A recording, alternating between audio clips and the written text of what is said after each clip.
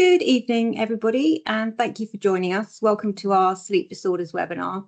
I'm Katie, one of the members of the marketing team, and I'm delighted to be joined by Dr. Oliver Bernath, our sleep physician here at the McIndoe Centre. Dr. Bernath has focused most of his medical career on sleep disorders and epilepsy. He obtained certifications in sleep medicine by the American Academy of Sleep Medicine, the European Sleep Research Society, and the German Sleep Society. He's also a member of the British Sleep Society.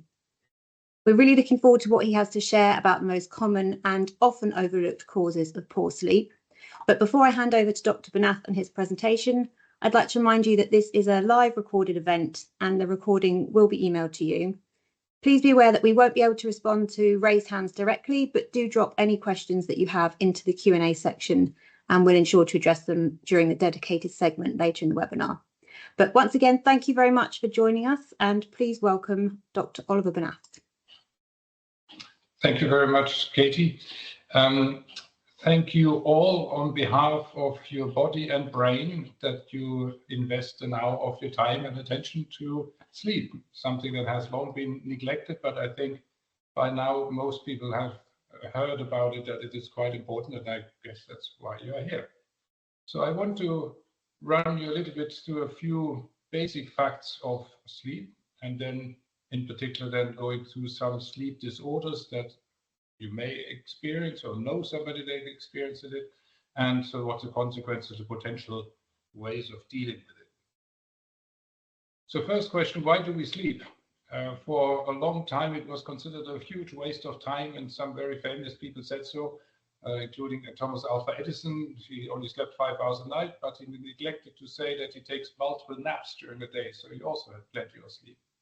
But a good question, why do we sleep? Why hasn't evolution come up with a creature that doesn't need to sleep? Wouldn't it be a huge advantage competitively if we could hunt the whole night, eat, not be easy prey to predators and all of that? And that question has really kept researchers busy since antiquity. Here we see an early theory, the brothers Thanatos and Hypnos sleep, still in the light, Thanatos death already in the dark side. Basically it was considered some little death. Others thought that it was the time that we meet our spirits or gods in various ways. Aristotle tried to write a little bit about it and he wrote many clever things about nature, but with sleep he didn't come terribly far neither. Now, fundamentally, we have to correct our view of sleep and rest. So we all know when we get tired, we get sleepy, then we rest, and then next day we feel better. That was until 1990 that one of the most famous sleep researchers said, all we know about sleep is that it cures sleepiness. When I was a medical student, I didn't find that answer particularly satisfactory, so that's why I went into the subject a bit deeper. Now, what is rest? Is it just inactivity? Rest is a very active process, has nothing to do with being lazy or anything like that, or not doing things. Yes, one is inactive in the sense that we don't interact terribly much with our environment, but it is for all body organs a very, very busy time. The second question that always comes up is, why do we have to be unconscious? And that now is more specific to the brain. So inactivity is a time when our body grows. Children grow only in the first few hours of sleep, when pretty much the entire amount of growth hormones gets secreted that we produce per day. Our immune system handles infections better in sleep. That's why when we have a flu or cold, we sleep more, we get more sleepy. Also, our immune memory cells get formed in sleep. So you can take pretty much any organ system. In sleep, it regenerates, it grows, it repairs further. So it's a very active time internally. That's why in sleep, we actually use up quite a bit of calories. It's not that we are just sitting idly, not doing anything. Now, in the brain, the task is how to program a computer. If we take this a little simplified analogy of the brain being a very clever computer, how does this thing program itself? So it has to be offline to not be disturbed by the external inputs at the time and not to have to respond to all kinds of things, but actually do its own reprogramming. And so when Hobson said sleep is of the brain, by the brain, and for the brain. Well, Hobson is a neurologist or psychologist, so he certainly has a brain bias. As I said, many other things happen, but the reason why we are unconscious fundamentally is a brain property. So in sleep, we digest, if you will, neurologically the day's occurrences, and we can then offload whatever can be forgotten or put into memory storage things that need to be remembered that we find helpful enough to remember and learn from. And we also experiment in sleep. Our dreams, and today I'm not talking much about dreams, but obviously the two are closely linked. In dreams, we basically have the luxury of experimenting with prior learnings and recombine them in different ways and try out whether something useful comes out of it. That's why dreams appear quite bizarre, although many elements seem familiar. Yes, I might remember that I was in, I don't know, Italy at this place on holiday, but with different people and we did different things. So there's an experimentation during sleep. So fundamentally for the brain. Next slide, please, Katie. So sleep with its many functions. So I just wanted to impart on you that sleep is not an inactive period. It's rest is a very active process for body and brain. So clever people have figured out, well, if it's an active period, maybe you should do a bit more of it, and that will yield dividends in our daytime performance. And first of all, performance athletes have taken that trick on board here. One of the top athletes here, Usain Bolt, he said, what do the greatest sporting achievements of the last 25 years have in common? Without much hesitation, he said sleep. People like Roger Federer, he makes sure that he sleeps at least 9 hours in the night, particularly before tournaments. And there are lots of studies that show that in tennis, for example, the first serve accuracy goes up if you sleep an hour longer. The same with basketball, hoop shooting, whatever you like. Lots of studies. Also, people last longer in their career, so the injury risk is much lower if people sleep better. And again, lots of research in professional US baseball players, they just have a career that's much, much longer if they sleep regularly. So the good old days when people said, sleep a waste of time, I'm a tough guy, I party hard and work hard, very successful, use my sleep and be on the stock exchange early in the morning, whatever it may be, those are over. I think most people have understood that a bit more sleep actually brings better performance in pretty much anything. Here, the example of of sport and athletics, but it also goes in pretty much everything else that you do. And that has to do with intellectual performance. Lots of important inventions were made in sleep, including by Alpha Edison, by the way, who said that sleep was a waste of time, but it took multiple naps during the daytime. But also in terms of emotional balance, mental health improves a lot. We all know when we are sleep deprived, we get quite grumpy as one of the first symptoms. And also in terms of regenerating our health, and aging is slower. By the way, a bit more sleep also loses weight.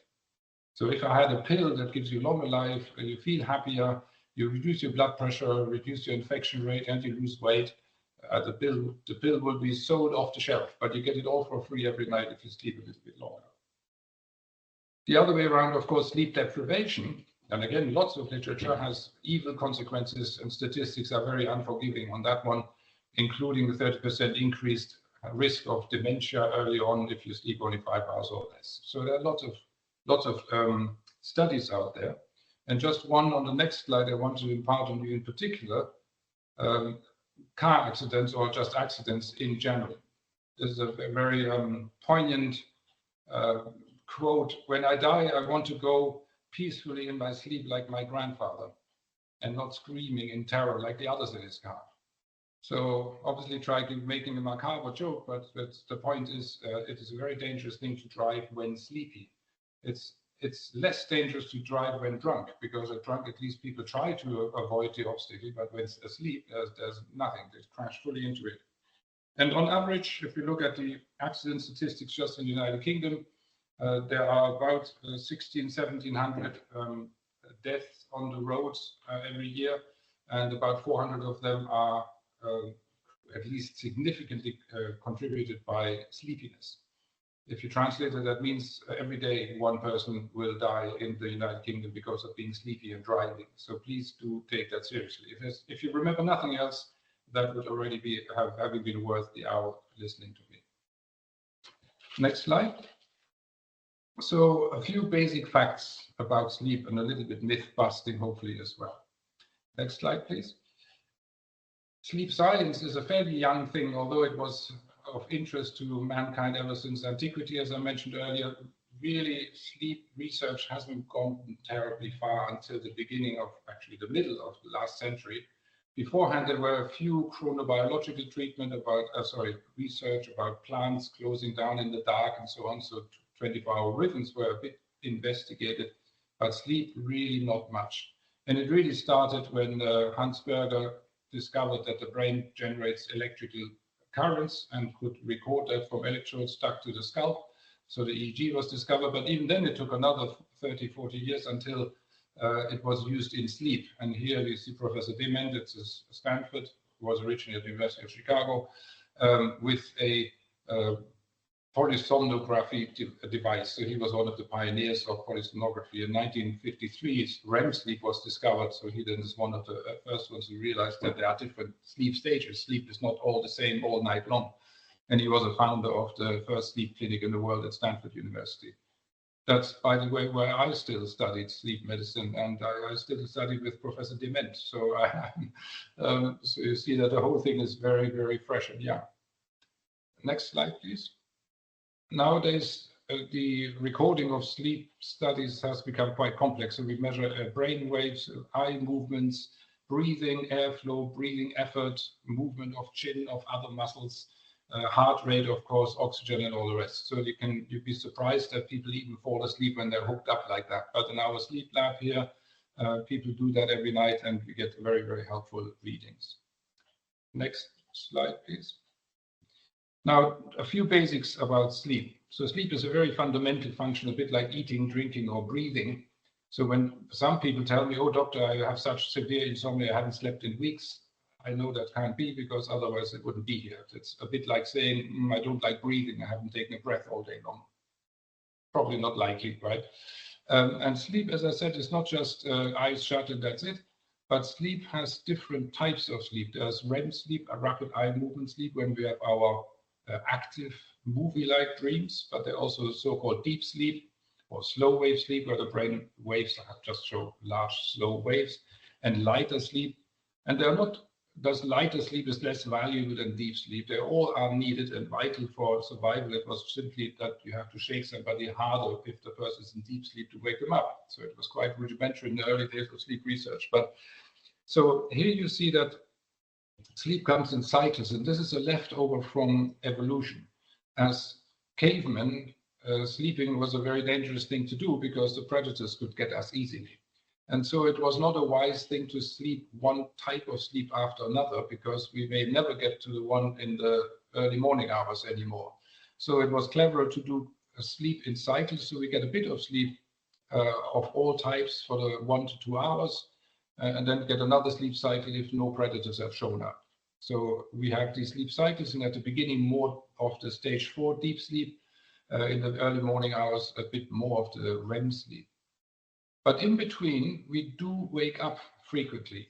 Even people that tell me that they sleep like a log, doctor, I never wake up, sleep from putting my head down until the alarm clock wakes me. Even those people wake up between about 5 to 10 times a night, and I can see that on their brain waves when they're in my sleep lab. The reason is to check for predators. You wake up for 1 to 2 minutes, look around, no T-Rex around, another sleep cycle. Now, as long as the awakening is less than 2 or 3 minutes, people simply don't remember the next morning. By the time we get to age 40 or so, these sleep pauses, these awakening become slightly longer, and we start remembering them. But I'll get back to that in more detail when I talk about insomnia. Next slide, please. Now, as you might notice, I could drone on for hours about all kinds of theoretical things in sleep, but our time is tight, and this is meant to be just a taster, so we carry on with the sleep disorders. Next slide, please. And I'll focus on some of the most common ones. Here we've got obstructive sleep apnea and snoring. You might have heard about it. You might know somebody who has got obstructive sleep apnea, but it is still vastly underdiagnosed. In obstructive sleep apnea, the issue is that the airway in the throat above the vocal cord is basically just a floppy tube held open by muscle tone. And as we fall asleep, muscles relax, the tube becomes floppier, and when then the chest sucks in the air to inhale, the suction can suck the tube shut. And there are predisposing risk factors. One is obviously how you're born and how your jaw is built, and that's why often the condition runs in families. Others is putting on weight, and there's just more tissue around. Sleeping on the back typically makes it worse if a person's opened the mouth and drops the jaw back. Having a congested nose doesn't help because people are forced to sleep with the mouth open, and so on. So there are loads of risk factors. Or, for example, hyperextendability of joints. Ehlers-Danlos syndrome has become quite common, and just the tissue being laxer. What happens is then the airway collapses, the chest sucks the air in, airway collapses, no airflow. A bed partner may notice that you're not breathing. Snoring has stopped at that point, and you wait until the oxygen in the bloodstream goes down. When that happens, the brain measures that and wakes the person up to the extent that muscle tone comes back, sometimes also slightly jerky movement elsewhere. That's why people are often described as restless sleepers. Usually they don't wake up to consciousness, but sleep is disturbed. And here I've got a sample, as you can see, the line, the black line, where you see on the left side, so a bit squiggly, and then you see these broad black areas. This is how, when with every breath, the oxygen dips down quite significantly. So that would be the left bit of the black line is normal breathing. Then the person falls asleep, and then these pauses keep happening, and that happens here in this particular person all night long. So you can imagine how disruptive for sleep that is. And it causes sleep two types of problems. One is it disrupts sleep, thereby you get chronic sleep deprivation with all the ill effects that I mentioned earlier, with a higher risk of diabetes and all things. Makes people tired. First symptom is people get irritable and grouchy, then they get tired and fall asleep when watching TV, then they fall asleep at any quiet moment, and ultimately they start getting depressed for two reasons. One is the sensation of being sleepy is just miserable itself, but also people start in the evening disengaging socially. Rather than seeing friends or inviting friends over for dinner, they can't be bothered, rather fall asleep in front of the TV since they're just so tired. They just can't do it anymore. And then if you isolate a human being, we are created as herd creatures, right? We're supposed to socialize, then people get isolated and get depressed. And they further put on weight because sleepiness makes people even more hungry. That's why we have the midnight munchies, and that's why when we go to the movies, we eat popcorn and nachos and cheese and hot dogs and ice cream and all, because tiredness makes people more hungry, and a tired person moves less. So then the person puts on more weight, which makes the sleep apnea even worse. So you can see there's a vicious cycle there. And people with sleep apnea also have a second problem other than sleep deprivation, and that has to do with the suction in the chest. As the chest is trying to suck in air against a closed airway, it generates quite a lot of negative pressure or suction in the chest, which does two other things. It sucks up the stomach acid into the chest, which causes an acid reflux and heartburn at night. We blame it then on the spicy food that we ate in the evening that may contribute, but the main reason is the closure of the airway. And the second thing is it also sucks back the blood that your heart is just pumping out into the circulation at a certain pressure. So the heart has to overcome this negative suction pressure and pump even harder all night long. So that's why people in the short term, excuse me, feel sweaty at night. But in the long run, it causes them to develop high blood pressure, heart rhythm abnormalities, and with a higher chance of heart attacks and stroke. That's when you look at statistics, when heart attacks and stroke happen the most common during the day and night, it is not when people run after the bus and exert themselves. The most common time is in the early morning hours when people start having the consequences of this.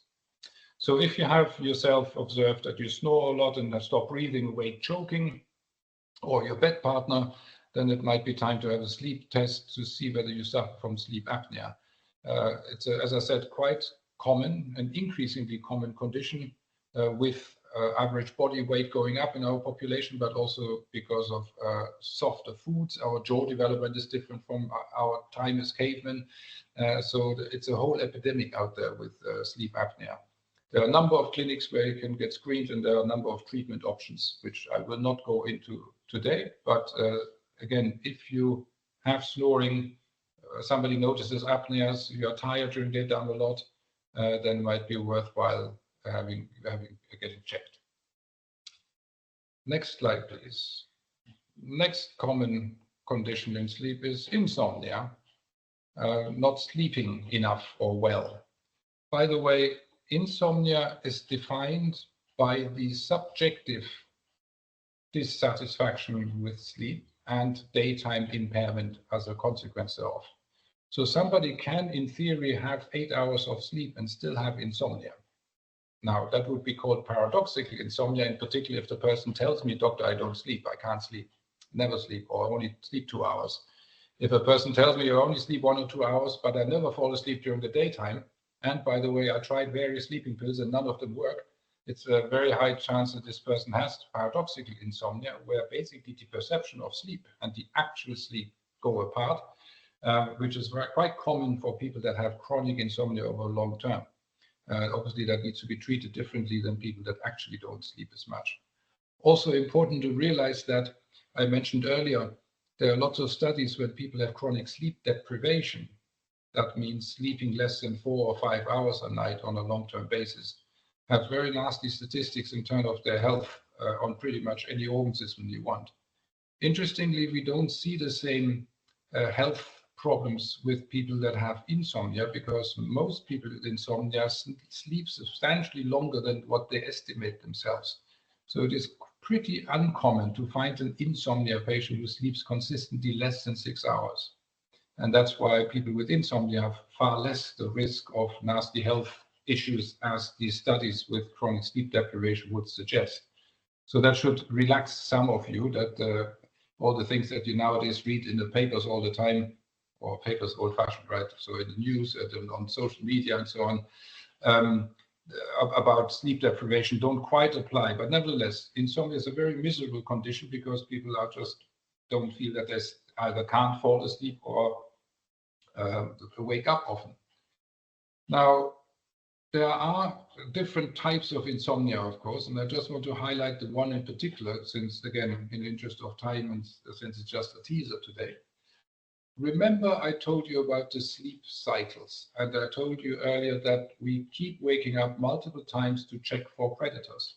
And I also told you that by the time you hit the age of roughly 40-ish, the awakenings become slightly longer and people start remembering the next morning that they woke up. Maybe only a couple of times, the other 6 times they still don't remember, but at least they remember that they woke up, flapped the pillow, turned over, and back to sleep.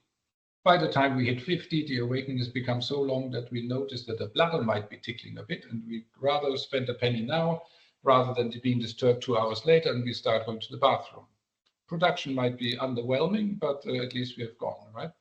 And what happens there, and that's a big trap for developing insomnia. So we wake up, and remember, we wake up to check for predators. So our brain is looking for trouble. I don't know about your bedroom, but in mine, it takes me about half a second to realize there's no T-Rex, no lion, nothing else standing around. So, but by that time, I'm still half dozy, not really thinking clearly, and other thoughts just bubble up in my mind. Oh, what shall I buy tomorrow in the grocery shop? That doesn't sound like a very threatening thought, but when I wake up and be sort of still half asleep, my brain starts catastrophizing because it needs to find where's the trouble. And then my thought could go like, ooh, what happens if they don't have any eggs and no flour and no milk? Then I can't bake the cake that I've promised little Johnny for its birthday today. And I ruin the party. Everybody will be upset with me. And oh my God. And then it takes a few minutes. And I realize that when I wake up fully, there is no Johnny. I don't know anybody called Johnny. I wouldn't even know how to bake a cake, even if the grocery shop had eggs and flour and milk and everything. So total nonsense to worry about. But shouldn't I be asleep by now? So now I turn then the fact that I'm awake into the object of my anxiety. And guess what? That turns sleep into a slippery fish. The more you try to catch it, the less it comes, right? And then it becomes self-fulfilling prophecy, and you start becoming anxious about sleep. You do that a few times, and then it becomes a bit like practicing the piano. The more you do it, the better you get at it. By the time you do that a few nights, you're quite good at it, right?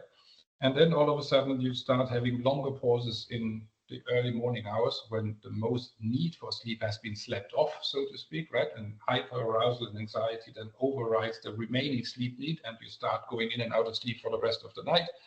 And you do that for a few months, and then you realize that sleep is quite a miserable thing, and you have problems with it. Then you start getting anxiety about sleep in the first place, and you start not falling asleep anymore neither, because you already anticipate a horrible night. And of course, that anxiety makes sleep go away like nothing else. So that's a very, very common mechanism by which people start developing insomnia at around about the age of 50, give plus minus. And in women, on top of that, at that age, they have significant change in their hormones, of course, that also disturb sleep. So then you've got a double whammy. On the one hand, the natural lengthening of the awakening with the mechanism of this vicious cycle that I just described, plus in women, menopause sets in, which causes further sleep disruption. So that's why onset of insomnia in that age group is very, very common. Treatment, again, various ways of doing it. If I had a magic wand, then I would make you just forget about sleep, because then you would be back to the early stage where a person sleeps well. If you ask a person who sleeps well, how do you do it? Well, they can't tell you because they don't do exactly nothing. That's the whole secret. But we don't have a way to forget something on purpose. So we have to unlearn it, so to speak. And that goes with various psychological treatments. The main one is called cognitive behavioral therapy for insomnia. And the second one is various sleeping medications, where one has to be a bit careful which one uses so it doesn't cause addiction. Also, there are different types of insomnia, so it's not just one pill like the other. And so there's a certain science behind it as to how to do that. If you have mild insomnia and Nitol or something does the trick and it only lasts a couple of months, then fair enough. But if it lasts longer than 3 months and so on, then you may want to intervene sooner rather than later, because as I mentioned, the more you do it, the better you get at it. And so if you have practiced the piano for 20 years, it will be harder to forget a tune, right? If you have been a beginner, then it's much easier to unlearn it. Next slide, please. Then another condition that many of you might feel, or some of them might not know about, it's restless leg syndrome and periodic limb movements in sleep. Very related conditions, they often happen together, but not necessarily always. Now, restless legs is when people say, in particular in the evening when they get tired and lie or sit still, that their legs become increasingly uncomfortable, and they describe it as pins and needles, pain, ants crawling, different sensations. But the point is that they have to move their legs, and then it feels a little bit better for a few minutes, only for the symptom to come back, and then they have to move the legs again. So the leg movements are voluntary, but people can't help themselves. It's just become so uncomfortable, they just have to do it. But it's a voluntary movement. It's not an involuntary twitch. Now that by itself can be extremely miserable, and obviously prevent people from falling asleep. So they get more sleep deprived, which makes then restless legs even worse. As I said, we often can get a mild version of it, and most of us will have had some restless legs at some point in our lives, but people that suffer with that condition, they find it as absolute torture. Now, as I mentioned, it comes often with periodic limb movements in sleep, very clumsy name, PLMS. That is when the kicking keeps going in sleep. So by definition, the person would not know about it since they're asleep, so they don't have restless legs anymore. They're not suffering from the unpleasant sensation, but they keep kicking. So a bed partner would notice that they get kicked all night long. If a person sleeps by themselves, they may not know anything about it. And if they don't have restless legs also, and only have PLMS, they might not know ever. And they may only wonder why it is that they're sleepy all the time next day, even though they have enough hours, because these kicks in sleep do create a micro arousal. So the sleep gets out of deep sleep back into more superficial sleep. And people may sleep enough hours and are unconscious for that amount of time, but they have poor quality sleep. And the only symptom they may have is that they get sleepy all day, unless their best partner got kicked or unless they've got restless legs so they know about it. There are several underlying conditions that can aggravate it, although people can also get the condition without any of those. The mechanisms are unknown. But people with chronic kidney disease, diabetes, celiac disease, rheumatoid arthritis, low iron levels in particular, again, women in childbearing age with that may have heavy periods, might have low iron storage, and that can trigger it off. or people with spinal cord injuries or with peripheral neuropathy can develop these symptoms. In simple cases, sometimes iron supplements or magnesium may be good enough, but otherwise it requires treatment. There are also some medications that can aggravate, not necessarily cause, but aggravate periodic limb movements, and they are quite commonly prescribed, like some antidepressants, antihistamines that people then take to sleep better, right? They take a Nitol or something, which is an antihistamine, and then they wonder that they sleep even worse because they actually aggravate the limb movements. Another one, please. Next slide. Sleepwalking and non-REM parasomnia. So that's a lot of the books that have adventurous and exciting stories of things that can go wrong in sleep, then go into sleepwalking and non-REM parasomnia. So in non-REM parasomnia, there's an error or some disturbance of the synchronization of sleep across the entire brain at the same time. There's something not quite right, that the thinking part, so the frontal lobe, executive planning and all that, is fast asleep versus some movement programs are allowed to play through. So it happens in deep sleep. People may dream during that, but typically dreams are not like REM sleep dreams like movies, but they're much more ill-defined. They may see a dark, threatening figure in the room or something, or need to escape from something, but they can't really say what it is, and there's not really much of a story to it neither. And people can then do things in sleep. It's very common in children. Typically, they then grow out of it, but it can persist. Quite often, it runs in families, and the tendency to sleepwalk can persist lifelong, although it's most active during phases when people have some changes in their life. Puberty, going to college, leaving home, getting married, getting divorced, getting a new job, moving into a new house, anything like that. And then finally retiring is another time. Although over the course of lifetime, usually it becomes milder and milder, but it can flare up again. Sleep deprivation is a big trigger. Alcohol can be a big trigger. Now, the episodes can be as mild as just mumbling and, moving about in bed a bit, up to doing quite complicated things for a long time. So in one extreme case of a colleague of mine at Guy's Hospital, he had a patient who rode her motorbike during the night in sleep, and she rode it long enough for the tank to be empty. And she only knew about it because next morning, when she was back in her bed, the motorbike was not in the garage as usual, but it was thrown into the flowers in front of her house. And she was caught on several security cameras in traffic. So she stopped at red lights, did everything correct, but was asleep through the entire time.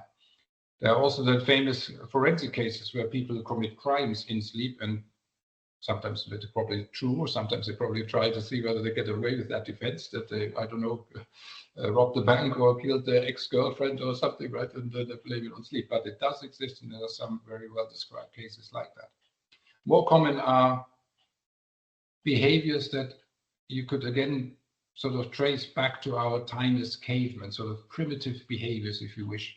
Like, for example, nest building. A lot of people in sleepwalking fumble about with the bedding, rearrange things in their bedroom. Sometimes they rearrange furniture and only next morning know about it because things are not in their usual place.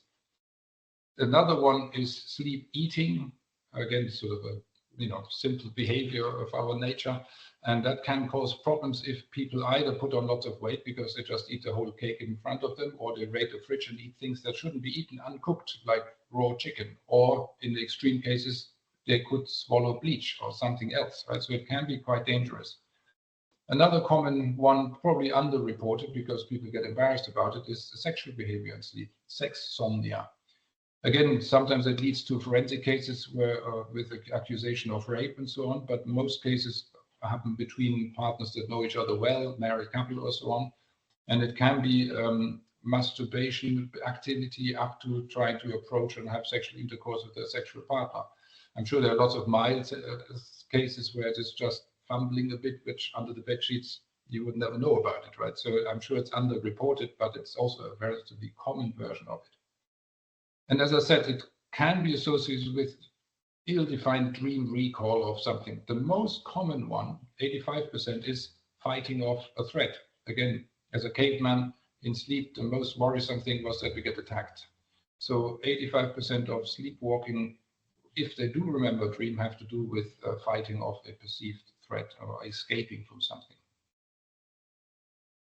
Medically speaking, a harmless condition that is not associated with any brain disorder of any kind. People have no other risk of, I don't know, dementia, brain tumors, or multiple sclerosis or anything else. But it, of course, can cause problems, depends what people do. Either the behavior itself can be dangerous and cause accidents, or it's distressing to themselves or their bed partners. Again, one can treat it. Can be sometimes quite tricky, but sometimes one can install specific alarms. So if the person has a sleep eating problem and goes to the fridge, then one can put specific alarms at the fridge door to stop that. Sometimes just removing a bit of stress in life, having a bit more sleep, avoiding alcohol and so on can sometimes or also calm it down quite significantly. Next slide, please.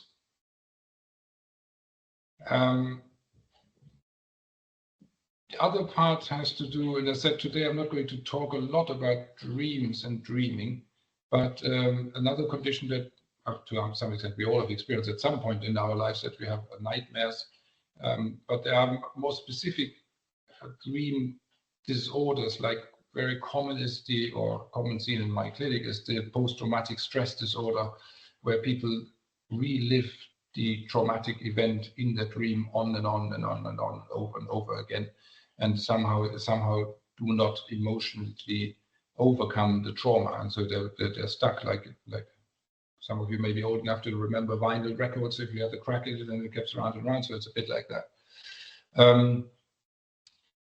So it's actually quite common. Sometimes nightmare disorder can be triggered by something else, like for example, people with obstructive sleep apnea. Remember earlier, the airway closes, oxygen goes down.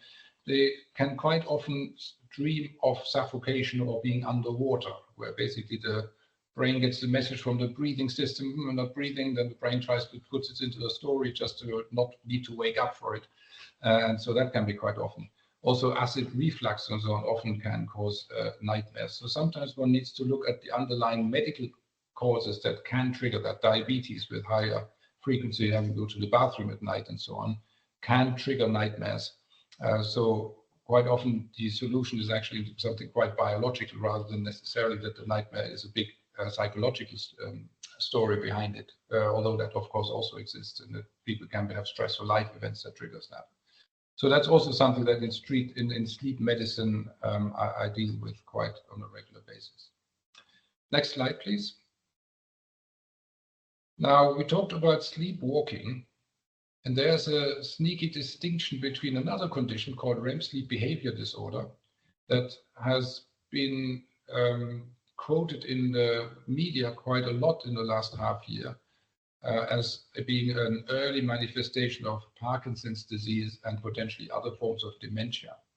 So in REM sleep behavior disorder, that's a condition where people actually move in REM sleep. Remember, sleepwalking happens in deep sleep, not in REM sleep. In REM sleep, when we have our active movie-like dreams, where we experiment with putting previous memories together in a different way and see if there's anything new coming out of it, we are supposed to be paralyzed. Our brain thinks about the dream as if it was real. Of course, the images don't come from the eyes, but are internally generated. But then the brain thinks about it, and the movement command center of the brain does send out commands to the muscles to move according to whatever we dream. But in REM sleep, there's a switch in the brainstem that disconnects, so the movement command centers leave the brain, but never make it to the muscles. The muscles don't get any commands. We are paralyzed except for breathing. Now, if that switch doesn't work properly, then some of the commands may slip through and people do more or less. Now, if it's a little jerk here and there, we would know about it. But if people have full actions, then we do. And typically, it comes to medical attention if people have violent dreams, again, where they have to defend themselves or fight off something and then punch around themselves. Then usually the bed partner gets it on the nose, or the patient falls out of bed or jumps against furniture and sometimes can break bones that way. And that's a condition that is much more common as we get older. So it would be very uncommon in children. So if a person presents at the age 60 or 70 and doesn't have a history of sleepwalking all life long, and comes with a story like that, that it's much more likely to be REM sleep behavior disorder. And indeed, the statistics show that it is more common to develop Parkinson's disease in the long run after having had or after having started having REM sleep behavior disorder. And indeed, people with Parkinson's disease almost universally also have REM sleep behavior disorder. The current quotes in the public press may be dramatizing it a little bit for effect, because the condition was only described in 1984 at the University of Minnesota in Minneapolis, although I'm sure it existed for as long as we do.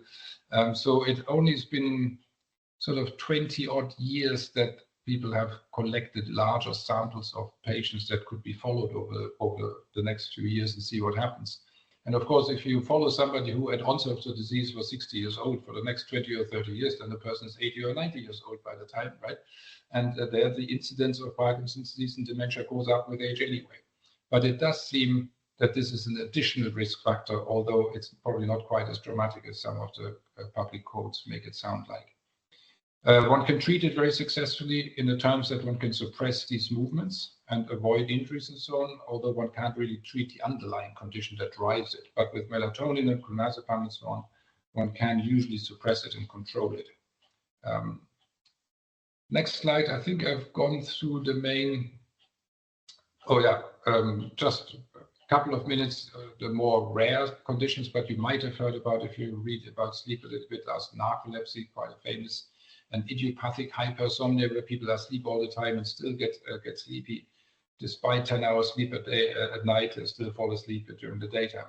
Narcolepsy is different. Narcolepsy don't actually sleep more than other people. They just get overcome during the day when they're not necessarily all that sleepy, but suddenly they get overcome by an irrepressible urge to fall asleep that can overcome them quite quickly, even in important situations. So while writing an exam, while having an interview, in a job interview or something, where usually you stay awake, right? But those people just cannot fight it off and just fall asleep. Sometimes the naps are pretty short, and then they feel better afterwards again, but then they may fall asleep again, and they can fall asleep several times during the day. They sometimes also have the funny phenomenon called the laughing fit. In the older days, they thought it was epileptic, but actually people stay fully awake. But if you tell them a joke or something else emotional, then suddenly their muscles get weak. And that can be as mild as a bit of a head drop, but it can also be severe enough that the person falls to the ground. Hence, it was in the older days considered as if it was a seizure, but the person is fully awake. Happens also in animals. In Stanford, we had a group of dogs with this condition. So when you showed them a bone and some food, they will come with their tails wagging for a little bit, but the closer they came, the weaker they got, then they were all on the ground and didn't quite make it to the exciting bone at the time. But this is a very rare condition. What we can, of course, diagnose it in the sleep lab and treat it. But most people that are tired during the daytime do not have narcolepsy or idiopathic hypersomnia. It's a very uncommon condition, but you might have come across it if you read around a little bit. But I think that's about as much as I wanted to know about sleep disorders. There are many more, and usually they're more rare and so on. But these are ones that I bet some of you or some of the other recognize at least one of them, or know somebody to whom it applies. So I think I stop here and open the floor to the questions that I think, Katie, you have collected, right? That's it. Thank you very much, Dr. Bernath, for shedding some light on those conditions which can affect so many. And I can see that your insights have already triggered a fair amount of questions in the chat box, conscious of time. So I think some of them may have touched on things you've already spoken about. So thank you for those who've already submitted some. If you haven't had a chance yet, do feel free to type your question into the Q&A box. We will do our best to address them in the time that we have left. So looking at the first one here, we've got, how can I quiet my mind and actually stay asleep through the night? I often find myself wide awake with racing thoughts. Common one, yes, that's, as I mentioned earlier, this is the learned pattern of waking up and looking for trouble, so to speak. So first of all, is to recognize that waking up in the middle of the night is completely normal. And particularly as we get older, it becomes ever more the norm. So the expectation that people say, oh, I just want to put my head on a pillow, fall asleep, and I wake up in the morning. Bad news, that's okay for young people, but once you hit 40, it's unlikely that that's the normal sleep anymore. So if that's your ambition, well, have to readjust. But so first of all, it's important to recognize that waking up is normal. The problem starts when you stay awake for longer times, then it's an issue. And of course, if you start getting frustrated about it, then you get build up internal anxiety, and then of course sleep then evades even more. If you could change an attitude and say, well, the Lord gives me some good nights, some bad nights, and all will be fine in the end, that would already help, but that's easier said than done because you typically get more anxious. So the question is, what is a relaxation technique that helps me in the middle of the night just to relax more, right? Of course, people can do meditation and mindfulness and things like that. They're all great during the daytime. I find them not so helpful at night because they require a certain amount of concentration and they wake me up even more. And then I notice that then other thoughts come in my mind as I relax, and then I think I don't do it right, and the teacher told me different, and I get more and more frustrated that I do the meditation wrongly, and then that makes it even worse. So my favorite tool that you can find lots of YouTube instruction videos on are either progressive muscle relaxation and autogenous training. Now, my favorite is the progressive muscle relaxation for two reasons. One, it is distracting enough for me not to pursue these random thoughts that come into my mind, but it's also simple enough that I can easily fall asleep over it because it's actually quite boring. And it's very, very simple, so you don't have to do anything clever. It starts with, you clench your fist as strong as you can, count to 10, and then let go, wiggle the fingers, and really feel how the muscles in the forearm relax. You do it again, and you do it three times on the other side, then you do the biceps and the other. You can create a schema through your body, and usually by the time I get to my belly muscles and the hips, I'm falling asleep again. But it also feels quite relaxing, a bit like having pumped weights in the gym, right? So you feel a bit relaxed and so on. So that's quite a good one. As I said, lots of YouTube instruction videos. Many of them are combined with breathing exercises. That's great. For me, they just then end up taking too long. Then you've got a 20-minute long video exercise. By that time, I get frustrated and I'm not back to sleep yet. So I found the shortest one about 6 minutes, and that was about good enough for me. But, everybody's their own preferences, but there are quite a few. Autogenous training is similar in a sense that it has much more to do with feeling your own body sensations, and that is like lying still with a few breathing exercises, and then I feel that my left hand is getting heavier and heavier and heavier, and my right hand is getting heavier. Then I feel the pulse going in my body and so on. It's again sort of a schematic to going around. That is very helpful, very effective, and it can be trained very well. So that one is most effective if you practice it during the daytime, so that when the nighttime comes, you're already good at it, so to speak, right? It's a bit like as a concert pianist, you wouldn't start practicing it on stage. You would practice beforehand, and when you're on stage, you're pretty good at it. So this one is a bit similar. So you have to invest a bit of time in practicing that technique. But once you're good at it, it can be very fast in achieving a deep relaxation state and get you back to sleep. Fantastic. Great. There's some good tips within there. One says here, I have chronic sinusitis. Could this be contributing to my sleep apnea? Yeah, absolutely. In two ways. One, there must be a reason why you have chronic sinusitis. There's probably some anatomical barrier or something, either the determinate swelling or something, why the air vent of the sinuses keep clogging up, and therefore then causing sinusitis because of fluid retention and so on. So either there's an underlying common cause that causes sleep apnea and sinusitis. One might be overreactive mucous membranes that just swell up too easily with all kinds of stuff that we inhale all day long, viruses and dust and so on. Or you do get the sinusitis and then things start swelling up inside. Again, all kind of irritated intertissue swells up, and then if the lining of the nose, everything swells up, then you can't breathe through the nose anymore. Then you have to open your mouth, and when you open your mouth, the jaw drops back. The tongue is attached at the back of the jaw, thereby the tongue goes further back, and bingo, you have an obstruction in the back of your throat, caused by not being able to breathe through the nose, caused by sinusitis. So yes, certainly worthwhile looking into is there an underlying problem? Why do you have recurrent sinusitis in the first place? And there are quite a number of them. Some anatomical, some can be mast cell activation syndrome and various other things. Or it can be that you get sinusitis for whatever reason, and for that reason, secondarily, you get then sleep apnea. But the two can certainly be related. Yes, absolutely. Okay. Another question here that we have that says, I suffer from sleep apnea, but find the CPAP machine uncomfortable and claustrophobic. Is there anything else that you can suggest? Yeah. CPAP continuous positive airway pressure. So instead of the lungs sucking in the air, collapsing the airway, we blow the air in with positive pressure. It keeps the airway open. Very simple concept, very, very effective.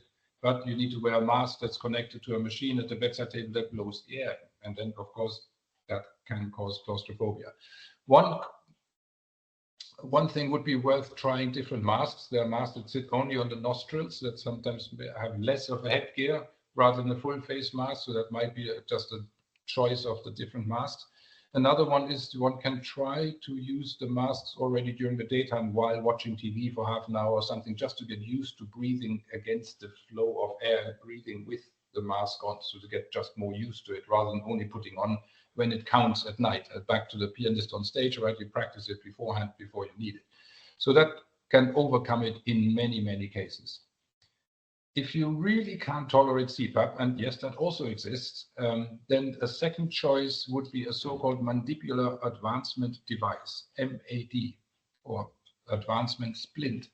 That basically is like a sports football mouth guard piece fitted to your teeth, but it's designed in a way that it pulls the lower jaw forward a little bit, and with it, it pulls the tongue and the soft tissues, and then it creates a bit more space in the back. You can find them on Dr. Google, on Amazon. There are tons of different models that you can buy, fit yourself. I would try it out if you can sleep with such a thing.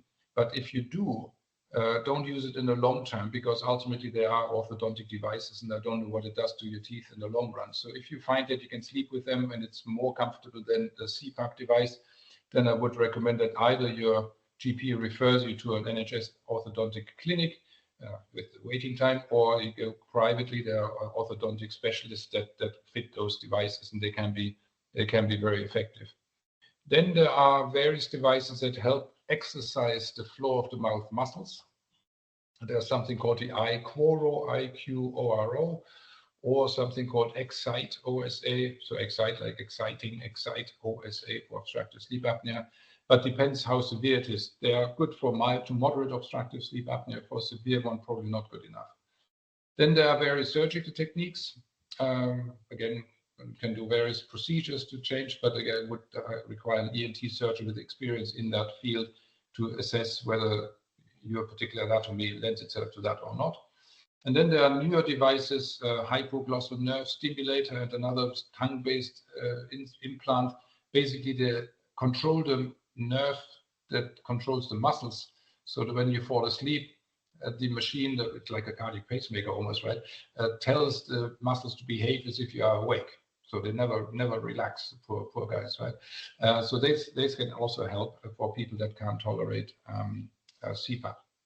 But that's the main ones. And again, it depends on how severe it is. Now, in many cases, but not in all, weight loss might also be curative, depending if it's weight driven. And there are certainly people in whom weight makes a huge difference, but I also got patients that either are perfectly slim or weight loss didn't make much of a difference because it's much more driven by the jaw anatomy. So again, would be worthwhile talking with an expert to guide you which direction is more likely to be helpful for you. Fantastic. Great range of alternatives there. So thank you. A question here that says, as someone who is autistic and has ADHD, I find sleep really difficult. Why is that, and what can I do to improve things? Thank you. Yes, that's also an increasingly common thing that people with ADHD or autism spectrum disorder, whatever, neurodiversity, recognize that sleep is, or they recognize, but others also recognize that sleep is something that merits proper attention. Now, to some extent, on the patients with ADHD, I find that once they get treated for their ADHD, the sleep also improves. may sound initially counterintuitive that giving a person a stimulant, which is the mainstay of treatments for ADHD, would improve sleep. You would have thought that makes it even worse, right? But now, of course, don't take the dexamphetamine just before bedtime. But generally, people with ADHD find that they can't switch off their thoughts, and there's always brain noise. They describe it as such quite often. And so with the stimulant, the brain noise is reduced, and they can concentrate more on thoughts, but also just the noise is lower in their minds, and that helps them when they get tired to fall asleep easier. So quite often it starts with the ADHD part of it. In some cases, one needs to do both, treat both in parallel, and there are different medications. And again, that would probably be something you need to see a specialist for, to choose and collaborate with your mental health provider, that one chooses medications that ideally kill two birds with one stone. Right? There are some anti-anxiety or calming medicines that help during the daytime, but also help them at nighttime. But it's certainly a much more recognized issue that sleep plays into it. And of course, if you're sleep deprived, then your emotional balance is worse, and coping with the stresses that the other mental health issues bring with them is even worse, right? So you have a vicious cycle, and one makes the other worse. So it's certainly worth making an effort to also address the sleep issue. Okay, we've probably got about 1 minute just to answer this last one. So I have had sleep apnea, which is now being treated, but I also have restless leg, which can still wake me. Is there anything I can do to stop this? Yeah, so a person can have two conditions, right? So in Germany, we say we can have lice and fleas. Now, quite often one finds that treating the sleep apnea also reduces the restless legs intensity, but it doesn't always do it all the way. So you can have two different conditions. And then, of course, you need to do something about the restless legs. One is, are there the underlying conditions that trigger the restless legs in the first place? Do you have diabetes, peripheral neuropathy, something else, vitamin B deficiency, thyroid dysfunction, chronic kidney disease? All of these can cause it. So first is a good old search of general medicine. Is there anything else that upsets it? Another very common one is low iron storage. And that is not iron deficiency in the sense that people get anemic, but it is the storage is low. So the bloodstream still has enough iron, but the barrel is half empty, so to speak. And when the body finds that there's not enough iron to be generous, then the body will prioritize using the iron for making red blood cells as the top priority, get the oxygen around the body, right? And then it sacrifices and shortchanges other functions already. A common one is hair growth, that when people notice that they've got more hairs in their brush in the morning after a shower, that can indicate low iron levels and aggravation of restless legs. So sometimes one has to push the ferritin level, which is the iron storage molecule, to pretty high levels to calm it down, but that can be very successful in its own right. Others, than magnesium supplements, some people find helpful in the evening. Then leg massage in the evening, wearing compression stockings, the ones that you can wear for long distance flights can help. And then there are a lot of medications that some people need to take if the restless legs are more severe, that the simple measures haven't been good enough. Again, that would require then a consultation with a sleep doctor or neurologist to get into the medications thereof. Fantastic. Thank you. You managed to squeeze that last one in there. So once again, thank you very much, Dr. Bernath, for providing your insights this evening, and to everyone who's taken the time to join us.